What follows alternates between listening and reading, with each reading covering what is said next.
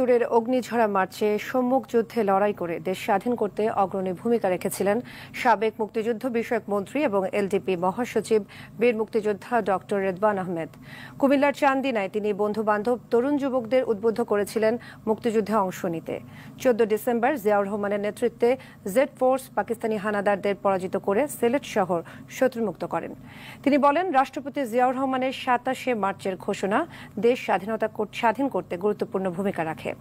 কুমিল্লা প্রতিনিধি আবুল খায়েরের তথ্যচিত্রে জানাচ্ছেন এয়ার বাদল। ১৯৭১ সালের মার্চ মাস, তখন বীর মুক্তিযোদ্ধা ডক্টর রেদওয়ান আহমেদ ছিলেন টগবগে তরুণ। দ্বাদশ শ্রেণীতে লেখাপড়া করছিলেন ঢাকার সিদ্ধেশ্বরী কলেজে।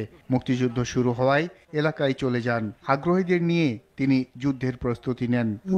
এই জাতি সবকিছু পাইছে।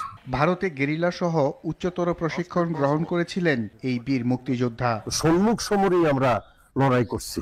বাংলাদেশের অভ্যন্তরে এসে ফ্রিডম ফাইটারদের মতো লড়াই করি নাই, বুঝছেন না? আমরা সম্মুখ সমরেই লড়াই করছি, একদম রেগুলার আর্মির ব্যাটালিয়নের সাথে, ফার্স্ট বেঙ্গল ব্যাটালিয়নের সাথে। ব্রেভো কোম্পানি, মেজর হাফিজ, তখন ক্যাপ্টেন হাফিজ ছিলেন, ওনার সাথে আমার প্লেটুন ছিল।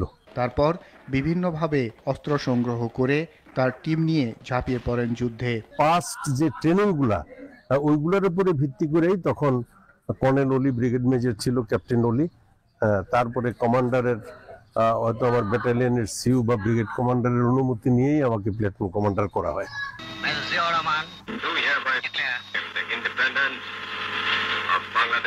মুক্তিযুদ্ধের অভিজ্ঞতা বর্ণনা করে তিনি বলেন, ৪৪ পদাতিক ব্রিগেড কমান্ডার শহীদ রাষ্ট্রপতি জিয়াউর রহমানের গুরুত্ব ছিল সবচেয়ে বেশি। আর সরাসরিভাবে যুদ্ধে অংশগ্রহণ করার জন্য জিয়াউর রহমানের যে ২৭শে মার্চের ঘোষণা, সেটাতেই আসলে জাতি বেশি উদ্বুদ্ধ হয়েছে।